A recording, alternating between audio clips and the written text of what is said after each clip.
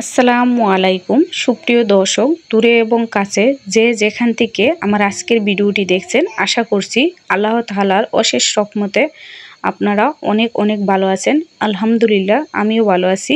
BN কিচেনে আমি আজকে নিয়ে হাজির হয়ে গেছি একটি মাছ ভর্তার রেসিপি।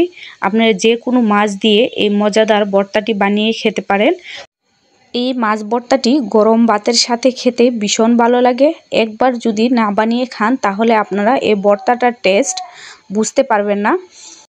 আশা করি আমার আজকের রেসিপি আপনাদের কাছে অনেক অনেক ভালো লাগবে। তাহলে চলুন দেখিয়ে দেই ভর্তাটি কিভাবে বানাতে হয়। যারা এখন পর্যন্ত আমার ভিডিওটি দেখছেন অথচ একটি লাইক দেননি, একটি লাইক দিয়ে ভিডিওটি কন্টিনিউ করুন। সেই সঙ্গে আমার চ্যানেলে নতুন হয়ে থাকলে আমার চ্যানেলটি সাবস্ক্রাইব করে পাশে থাকা বেল বাটনটি বাজিয়ে দেন। ভর্তাটা বানানোর জন্য চুলায় একটি প্যান বসিয়ে দিয়েছি। এতে দিয়ে দিলাম তেল। তেলটা গরম হয়ে গেলে প্রথমে আমি মরিচগুলোকে ভেজে নেব। ভর্তাতে আমি যে মরিচটা দিব সেই মরিচটাকে আমি সুন্দর করে মচমচা করে চুলাটাকে মিডিয়াম টু লো হিটে রেখে ভেজে উঠিয়ে নেব। এখানে জালটা আপনারা আপনাদের ইচ্ছে মতো দিতে পারেন। আজকের ভর্তাটা আমি তেলাপিয়া মাছ দিয়ে করব। এর জন্য দুইটা মিডিয়াম সাইজের তেলাপিয়া মাছ মাথাটা ছাড়িয়ে হলুদ লবণ মাখিয়ে দিয়ে দিলাম। এখন মাছটাকে আমি চুলাটাকে মিডিয়াম টু লো হিটে রেখেই এপিট উপিট উল্টে পাল্টে একটু সময় নিয়ে মচমচা করে ভেজে নেব।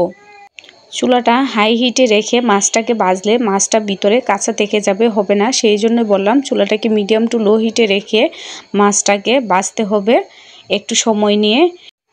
একইভাবে মাছের দুইটা সাইডই আমি ভেজে নেব। ভেজে মাছটাকে নামিয়ে একটু ঠান্ডা করে কাঁটাগুলা বেছে নেব। মাছের কাঁটাগুলো বেছে নিয়ে ফিরে আসলাম। এখানে নিয়েছি কাঁটা বেছে নেওয়া মাছ, ভেজে রাখা মরিচ, লবণ, ধনেপাতা, বড় সাইজের একটা পেঁয়াজ কুচি করে নিয়েছি। প্রথমে আমি লবণ দিয়ে মরিচটাকে ভালোভাবে ডলে নেব। তারপর এই মরিচের সাথে লবণ দিয়ে পেঁয়াজটাকে ভালোভাবে ডলে মিশিয়ে নেব। হাতে পাখানো যে কোনো ভর্তায় পেঁয়াজ মরিচটা ভালোভাবে ডলে নিলে ভর্তাটা খেতে বেশি ভালো লাগে। এখানে পেঁয়াজ মরিচটা ভালোভাবে ডলে নেওয়ার চেষ্টা করবেন। পেঁয়াজ মরিচ ডলে নেওয়া হয়ে গেলে এর সাথে আমি ধনেপাতাটা দিয়ে দিলাম। যারা ধনেপাতা খেতে পছন্দ করেন না তারা এটা স্কিপ করতে পারেন। সেই সঙ্গে আরও দিয়ে দিলাম সরিষার তেল। ভর্তাতে সরিষার তেলটাও অবশ্যই দেওয়ার চেষ্টা করবেন, এতে করে ভর্তাটা খেতে অনেক বেশি টেস্ট হয়। এখন মাছগুলোকে মিশিয়ে নেব ভর্তার সাথে। অবশ্যই ভালোভাবে সুন্দরভাবে মিশানোর চেষ্টা করবেন আর সেই সঙ্গে একটু সাবধানতা অবলম্বন করবেন। মাছের যেন কাঁটা না থাকে সেটা খেয়াল করবেন। কাঁটা থাকলে হাতে বিঁধে যেতে পারে। বন্ধুরা, আমার ভর্তাটা বানিয়ে নেওয়া হয়ে গেছে। আশা করি আমার আজকের ভর্তার রেসিপি আপনাদের কাছে ভালো লেগেছে। এই ভর্তাটা আপনারা যে কোনো মাছ দিয়ে বানিয়ে খেতে পারেন। আশা করি আপনার এবং আপনার পরিবারের কাছে ভালো লাগবে ইনশাল্লাহ। আর যারা বানিয়ে খেয়েছেন তারা তো অলরেডি জানেন ভর্তাটা খেতে কতটা টেস্ট। আমার আজকের ভিডিও যদি আপনার কাছে ভালো লেগে থাকে একটি লাইক দিয়ে আপনাদের মূল্যবান মতামত জানাতে ভুলবেন না।